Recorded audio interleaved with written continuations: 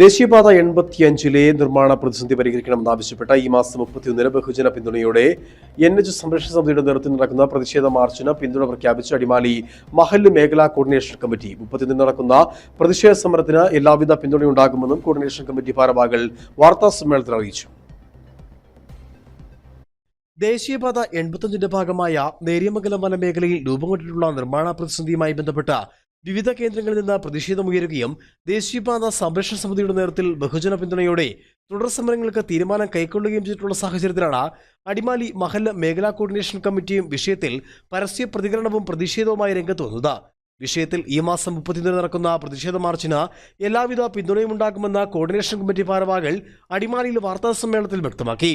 നേര്യമംഗലം മുതൽ പള്ളിവാസൽ വരെ റോഡിന് 100 അടി വീതിയിൽ പൊതുമരാമത്ത് വകുപ്പിൻ്റെ സ്ഥലമാണെന്നും റോഡ് നിർമ്മാണത്തിൽ യാതൊരുവിധ പ്രതികൂല ഇടപെടലും വനം വകുപ്പിൽ നിന്നുണ്ടാകരുതെന്ന് 2024 മെയ് 28 ബഹുമാനപ്പെട്ട ഹൈക്കോടതി വിധിച്ചിരുന്നതാണ്. ഇപ്പോൾ അതിന് ബദലായിട്ടാണ് പുതിയ വിധി വന്നിട്ടുള്ളത്. ഹൈറേഞ്ചുകാരെ സംബന്ധിച്ചിടത്തോളം നല്ല ഒരു ഹോസ്പിറ്റൽ സൗകര്യങ്ങളോ അല്ലെങ്കിൽ അതുപോലെയുള്ള മറ്റ് സൗകര്യങ്ങളോ വേണമെങ്കിൽ താഴെ പോകേണ്ട ഒരു അവസ്ഥയാണ്. അപ്പോൾ അതിന് ഈ റോഡ് വരുമ്പോൾ എല്ലാവരും വളരെ പ്രതീക്ഷയിലായിരുന്നുണ്ടായിരുന്നത്. ഇപ്പോൾ അതിനൊക്കെ തകിടം മറിച്ചുകൊണ്ടാണ് ഇത്തരത്തിലുള്ള ജുത്സാവഹമായ പ്രവർത്തനങ്ങൾ നടക്കുന്നത്. അതിനെതിരെ എന്ത് വില കൊടുത്തും എന്ത് സമരങ്ങൾ നടത്തിയും പ്രതിഷേധിക്കാൻ ഇവിടെയുള്ള ജനങ്ങൾ പ്രതിജ്ഞാബദ്ധമാണ്. അതിനുവേണ്ടി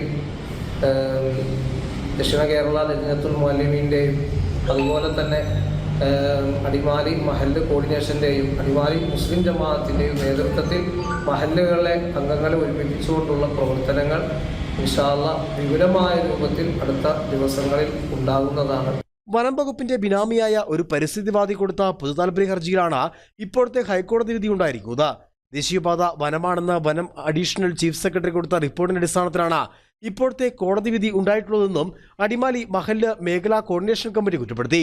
അടിമാലിയിൽ നടന്ന വാർത്താ സമ്മേളനത്തിൽ coordination committee chairman KH Ali, Adimali town Juma Masjid രക്ഷാധികാരി ഇമാം ഹാഫിസ് മുഹമ്മദ്, ഷരീഫ് അൽ അർഷാദി, DKLM മേഖലാ പ്രസിഡന്റ് നൌഷാദ് മിഫ്താഹി, മന്നാങ്കാല ജുമാ മസ്ജിദ് ഇമാം Ashraf Faizy, VK Yunus, CS Nasar, CH Ashraf, Suneer Karimattam, Kareem Parekkattil എന്നിവർ പങ്കെടുത്തു.